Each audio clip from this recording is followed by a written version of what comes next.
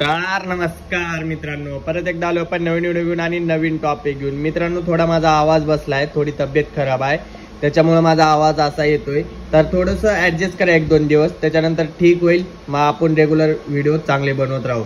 मित्रांनो, मी सगळ्यात पहिले एक प्रश्न विचारणार तुम्हाला की आजपासून आपण लाईव्ह घ्यायचं का? एक 10 मिनिटाची लाईव्ह घ्यायची का? रोज संध्याकाळी 9:30च्या नंतर, म्हणजे 10 वाजता लाईव्ह घ्यायची का?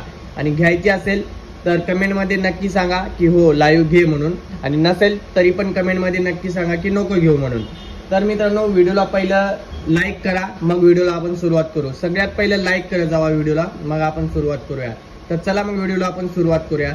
कालचा जसं तुम्ही व्हिडिओ बघितला असाल, कालचा जसं तुम्ही एपिसोड बघितला असाल मित्रांनो, त्याच्यामध्ये कुठेतरी आपल्या पैलवानला दाखवलं गेलं नाही. लास्टला पण जे एंट्री करतात आपल्या स्टेजवर, परफॉर्मन्स करतात सगळेजण, त्यावेळेस श्रुती फक्त एकटी आली होती, ऋषिकेश नव्हता आला होता. म्हणजे याचा अर्थ असा आहे की पैलवानला यांनी बाहेर काढायचा प्रयत्न करतायत की पैलवानला काहीतरी झालंय, की पैलवानला हा टास्क करायचा नव्हता, असा काही अर्थ आहे का? मला तर काही समजलं नाही त्याच्याबद्दल. तुम्हाला काय माहिती असेल तर कमेंटमध्ये नक्की सांगून द्या.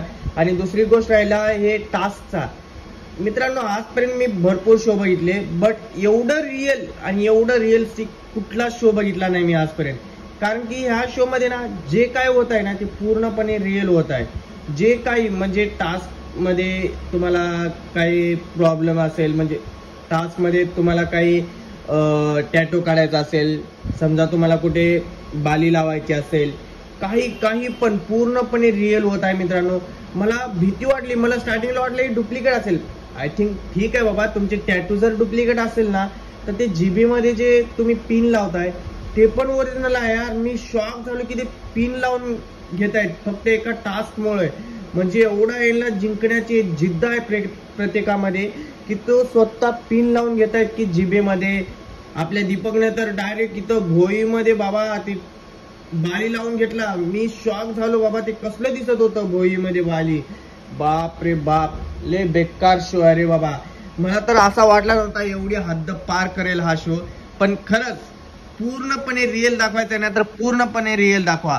समाजामध्ये थोडं वेगळा बदल घडू शकतो की अशा शो मुळे, की हे बोलत नाही मी की हे बाली घातल्यामुळे बदल घडू शकतो, की असे शो पाहिजेत जेणेकरून गावच्या लोकांना पण समजलं पाहिजे आणि सिटीतल्या पण लोकांना समजलं पाहिजे की काय असतंय ते. कारण की मित्रांनो बघा, बिग बॉस मध्ये फक्त एका घरात 3 महिने कोंडून ठेवतात, पण इथे असं नाही. इथे काय केलं आहे माहितीये का? 1 महिना सिटी सुंदरीला गावामध्ये आणलंय आणि 1 महिना आपल्या गावरान रोजला सिटीमध्ये नेलंय. म्हणजे गावातल्या माणसांना सिटीचं वातावरण कसं असतंय हे पण दाखवण्याचा प्रयत्न केलंय, आणि सिटीतल्या लोकांना गावचं वातावरण कसं असतंय हे पण दाखवण्याचा प्रयत्न केले. पण मला हे शो बघून एवढं भारी वाटलं की म्हणजे ग्रामीण भागाचं वागणूक आणि शहरी भागातलं वागणूक याच्यामध्ये फरक पण दिसून आला, आणि आपल्या महाराष्ट्राच्या पूर्ण जनतेच्या समोर आला की शहरातले लोक कसं वागतात, कसं ट्रीट करतात, आणि एकमेकाशी कसं बोलतात, एकमेकाशी संबंध कसे ठेवतात सिटीतले लोक, आणि गावातले लोक कसे राहतात, कसे बोलतात, कसे वागतात, हे पण दाखवलं गेलेलं आहे. तर मित्रांनो, मला ह्या शो मधून एकच सांगायचं आहे की सिटीपेक्षा 200% मित्रांनो, सिटीपेक्षा 200% लोक गावातले बरे असतात. कारण की सिटीतल्या लोकांना फक्त पैसा पैसा आणि पैसा. जर तो पुढचा गरीब आहे, तो तुम्हाला काहीतरी हेल्प मागतोय, मदत मागतोय, त्याला काही घेणं देणं नाही. हे सिटीतल्या लोकांचं वागणूक आहे. आणि गावातल्या लोकांचं कसं वागणूक आहे मित्रांनो? सिटीतला जर मुलगा मुलगी या व्यक्ती कोणी पण येऊ सिटीतला, भले ते अननोन पर्सन राहू द्या, त्याने जर मदत मागितली गावातल्या लोकांना तर 100% मित्रांनो सांगतो गावातला व्यक्ती ही मदत करणारच. पण तेच सिटीत गावातला अनोळखी माणूस येऊ द्या, त्याच्याकडे वेगळ्या नजरेनं बघितलं जातं. त्याच्याकडे म्हणजे गरीब आहे, तुच्छ आहे, गरीब आहे आणि तो म्हणजे गावठी दिसतोय, तो कपडे बघ त्याचे स्वच्छ नाहीत, हे असं बोलून त्याला म्हणजे हसलं जातं आणि त्याच्याजवळून दूर जाण्याचा प्रयत्न केला जातो.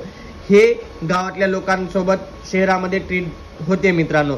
पण गावातल्या लोकांचं मन एवढं साफ असतंय ना, एवढं साफ असतंय, तो व्यक्ती ना, शहरातला व्यक्ती कसाही येऊ द्या, एकदम भारी पण येऊ द्या आणि एकदम घाण पण येऊ द्या, त्या टाइमला गावातला व्यक्ती मदत पण करतो, जवळ पण घेतो, घरी बसवतो, पाणी पाजतो, जेवण घालतो. एवढं सगळं फ्री मध्ये करतो, पण मुंबई पुण्या ह्या स्थितीमध्ये आल्यानंतर गावातला व्यक्ती त्याला पाणी सोडा हो, त्याला कोण बघत पण नाही, त्याच्यावर उलट हसलं जातं की बाबा बघ ह्याचे कपडे कसे आहेत, ह्याचा कसा आहे, त्याचा कसा आहे. मला एकच बोलायचं आहे की तुम्ही कितीही शहरात शिका, कितीही मोठे व्हा, कितीही पैशानं मोठे व्हा, कितीही पैसा कमवा, पण माणुसकी हे फक्त गावातल्या गरिबाकडेच बघायला भेटते, एवढं लक्षात घ्या. ह्या शो मधून ना भरपूर जणांचे डोळे उघडले असतील मित्रांनो. तुम्ही जर शहरात राहत असाल तर गावचं वागणूक सोडू नका.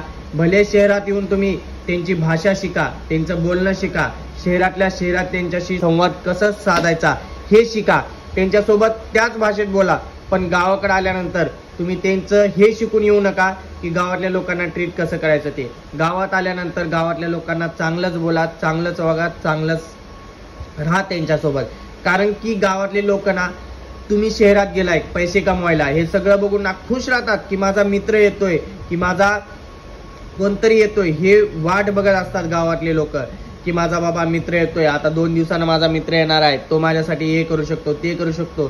तुम्ही त्याच्यासोबत जावा, फिरा, राहा, सगळं करा आणि गावात गेल्यानंतर त्याची साथ द्या. तर मित्रांनो, व्हिडिओ कसा वाटला कमेंट करून नक्की सांगा. व्हिडिओ आवडल्यास लाईक, शेअर, सबस्क्राईब करायला विसरू नका.